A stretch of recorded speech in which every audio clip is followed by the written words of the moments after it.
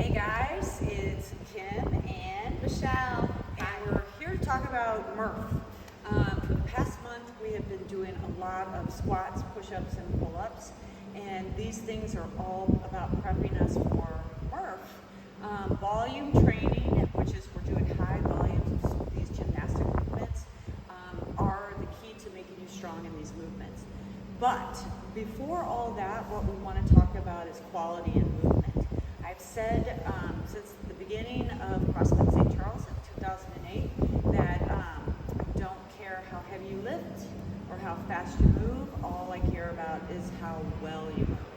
And that's what's going to give you longevity and make you faster and stronger down the road. So we're going to talk about the standards for Murph and some modifications. Thank you. Modifications for them. Okay, so we're going to start with the pull-up. So this is our basic pull-up. She's going to hop on up there and kip on up there. There you go. Oh, beautiful. Everybody, beautiful, beautiful. The thing about the pull-up is you can do the regular kip or if you know how to do butterfly kips, as long as your chin is reaching the bar. Let's go back up and see that again with this chin over the bar. There, and back down again. If your eyeballs are at the bar, it's not a full-on pull-up. So you should take a little break and then get back up. My advice would be to take breaks between the pull-ups if you're finding that you're not getting all the way up and over. The next modification, or the first modification, is the short bar pull-up. We have 4 of these, plenty to share. And the way I like to see this is step directly underneath the bar and squat straight down so that the arms are completely extended. And Michelle's going to pull up and then back down again. Now, what you may or may not be able to tell, she's not using a lot of leg. She's mostly using her arms, and that is absolutely what we want to achieve. I love this modification because you can further modify it by using more leg as you become more fatigued. So definitely, that's a great modification. The last modification is ring rows, which I personally think are awful. I think they're so hard. If you do them right. If you do them right, yes.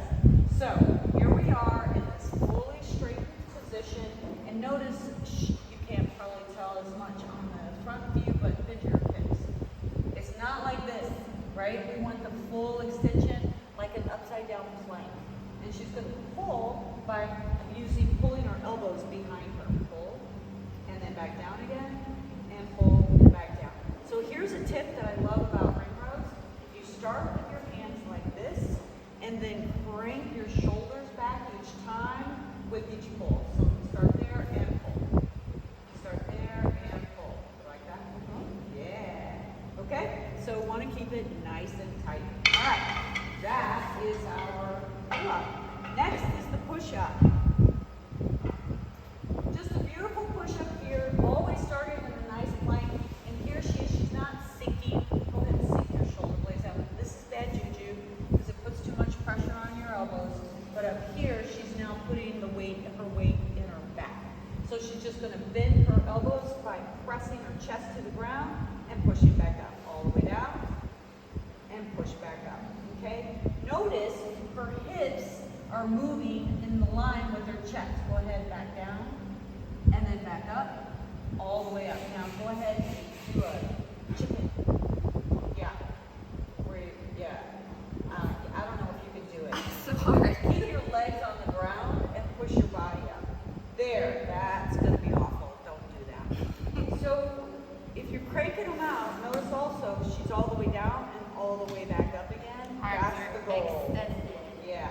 Okay, to modify that, we still want to create that plank movement.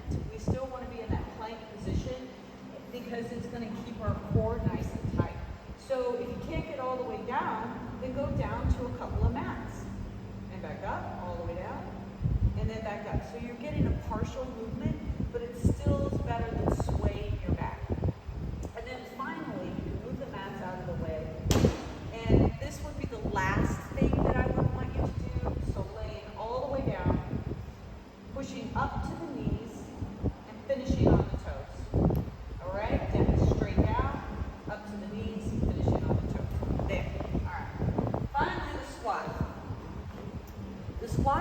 basis of all movement and all of CrossFit. It is what gives CrossFit its name. And this is the one thing that if you can't do a squat right, you must modify it. You cannot hack away at it because it's going to cause you problems down the road. So I'm going to show you a beautiful, well, Michelle's going to show you a beautiful and perfect squat, and then we're going to show you some common faults and what to do to avoid them. All right, so Michelle's in her squatting position, butt goes straight down, and her back and her hips move at the same time. Shoulders and the hips move at the same time. Okay, go straight down, come back up. The next thing you see going straight down is that she's allowing her toes to come over her ankles. She's not leading with her knees. She's dropping her butt straight down, but the toes come forward. Push your knees back. All right, push them back more. All right, this is what happens if you don't let your ankles bend forward. The butt doesn't go straight down, or it doesn't get below parallel. So you must allow the knees to go straight down. All right? So the next thing is do 3 in a row, good ones. 3 good ones. Down and up, down and up, down and up. Okay. Notice her posture, her neck was in line, her back was in line, everything. Beautiful. Okay. But now she's going to roll her shoulders forward and look at her feet. Now squat. Okay. Right. So she's squatting down, but she's not allowed her hips, she's actually getting pretty low. But usually what happens with the chin down and the shoulders forward is the butt remains high. Okay? And then when she stands up, she thinks she stands up because her knees are straight, but her hips are still in flexion. So she needs to stand up straight every time. Squeeze the butt. So the key to this is to look up.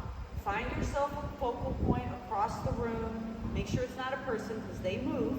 But even if it's a hole in the rig, find your focal point, keep your chin up, keep your eyes at that big focal point, and that's going to keep your shoulders in line with your hips. So go ahead, down and up, down and up. Great. If you need to modify the squat, then for whatever reason it may be, there's a couple ways you can do it. I really like the rig squat because it keeps your chest from coming way forward, or else you'll smack your chin on the rig, and you can go straight down and straight up.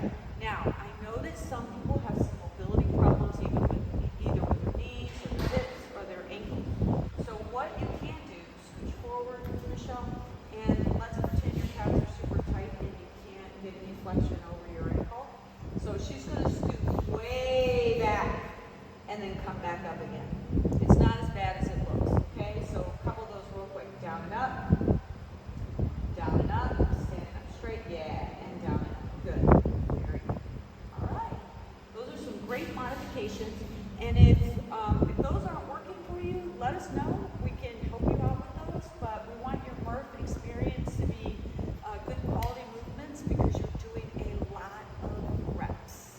And we want to practice good movement, not just hack away just to get things